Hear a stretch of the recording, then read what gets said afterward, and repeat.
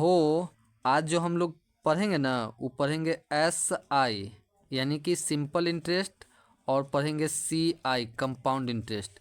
आज का जो वीडियो है अगर आप उस वीडियो को देख लेते हैं तो आपको जीवन भर के लिए CI और SI का टेंशन ख़त्म हो जाएगा, यानी कि साधारण ब्याज और चक्रवृद्धि ब्याज से संबंधित प्रश्न है। तो हम चलते हैं टॉपिक पर लेकर के।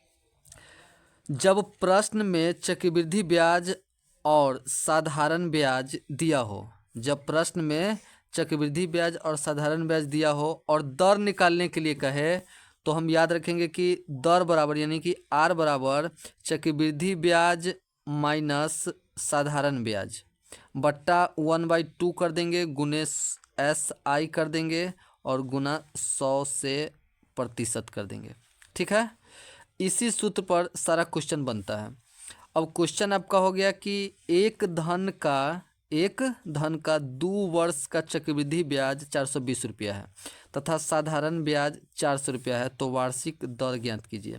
तो आते हैं, दर निकालना है R बराबर हो गया चक्रवृद्धि ब्याज माइनस साधारण ब्याज। तो चक्रवृद्धि ब्याज है 420 रुपया, तो 420 रुपया माइनस साधारण ब्याज 400 रुपया आई 1/2 तो बट्टा 1/2 गुने SI साधारण ब्याज, तो साधारण ब्याज हो गया 400 और गुने 100% कर दिए।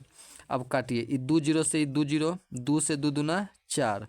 अब इसको घटा दीजिए, 420 में से 400 घटा तो 20 अब बट्टा हो गया 2 से इसको काट दिए 10 यानी कि 10% आंसर। एकदम हल्का सवाल है। फिर दूसरा क्वेश्चन देखिए, किसी धन का 2 वर्ष का चक्रवृद्धि ब्याज 220 रुपया तथा 4 वर्ष का साधारण ब्याज 400 रुपया, तो दर प्रतिशत क्या। इस बात को हम याद रखेंगे कि वर्ष समान होना चाहिए। 2 वर्ष है तो यहाँ भी 2 वर्ष होना चाहिए।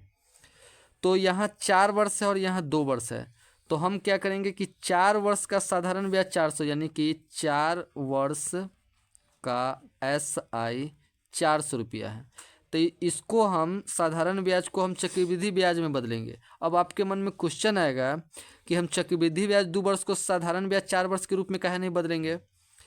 तो साधारण ब्याज को हम चक्रवृद्धि ब्याज में कन्वर्ट करते हैं, चक्रवृद्धि ब्याज को साधारण ब्याज में नहीं। तो 4 वर्ष का साधारण ब्याज है तो इसको हम 2 वर्ष का चक्रवृद्धि ब्याज, तो 4 वर्ष का साधारण ब्याज 400 रुपया, तो 2 वर्ष का SI साधारण ब्याज 200 रुपया, तो 200 रुपया हो गया साधारण ब्याज और चक्रवृद्धि ब्याज हो गया 220 रुपया। अब हम दर निकाल लेंगे, दर बराबर हो गया चक्रवृद्धि ब्याज माइनस साधारण ब्याज, तो 220 रुपया में से 200 रुपया घटाएंगे तो 20 रुपया हुआ।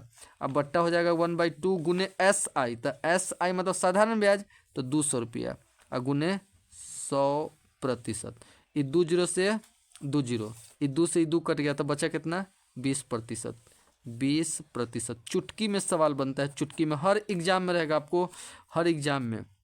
अब देखिए, किसी राशि पर 2 वर्षों का चक्रवृद्धि ब्याज 500 रुपया तथा साधारण ब्याज 400 रुपया, तो दर प्रतिशत। चक्रवृद्धि ब्याज 500 और साधारण ब्याज 400, तो दर निकालना है तो R बराबर 500 में से 400 घटा देंगे 100 और गुने 1/2 और गुने साधारण ब्याज हो गया 400 और गुने 100%। इससे हल्का आपको एग्जाम में समय भी बचेगा। 2 जीरो से 2 जीरो, 2 से 2 दूना 4, 2 से 2 पंचे 10 यानी कि 50% आंसर। और कुछ क्वेश्चन ले लेते हैं हम। आप अगर अभी तक हमारे चैनल को सब्सक्राइब नहीं किए तो प्लीज़ सब्सक्राइब लाइक शेयर कीजिएगा, क्योंकि आप ही लोगों के लिए हम मेहनत करते हैं। और एकदम हल्का, इससे 10 सेकेंड के अंदर सवाल बन रहा है। 5,000 रुपया पर 2 वर्षों के साधारण ब्याज, 2 वर्षों के साधारण ब्याज और चक्रवृद्धि ब्याज का अंतर, यहाँ पर अंतर दिया है तो वार्षिक दर ज्ञात कीजिए। निकालना दर है तो अंतर की राशि लिख देंगे, अब बट्टा जो मूलधन रहेगा वो 5,000 रुपया और गुना 100 से, एकदम हल्का 10 सेकेंड भी नहीं लगेगा, 100%। 2 जीरो से 2 जीरो कट गया। अब इसको हम काटेंगे 16 और इसको काटेंगे 25, 25 से 16 में भाग कर देंगे, 25 से 16 में भाग नहीं लगेगा, जीरो देके जीरो, 6 मरतबे 25 छक 150, 0 1 0 25 चौका 100 कट गया, यानी कि 0.64% आंसर। पलक झपकते ही सवाल बनाइए। अब देखिए, एक धन राशि 5 वर्षों में 3 गुना ई आपको ग्रुप डी हर कुछ एग्जाम में क्वेश्चन सब रहता है। एक धनराशि 5 वर्षों में 3 गुना हो जाती है तथा वह कितने वर्षों में 5 गुना हो जाएगी। तो सबसे पहले हम लिखेंगे कि कितने गुना हो जाएगी, तब 5 माइनस 1, जितना गुना हो जाएगी उसमें से घटा देंगे।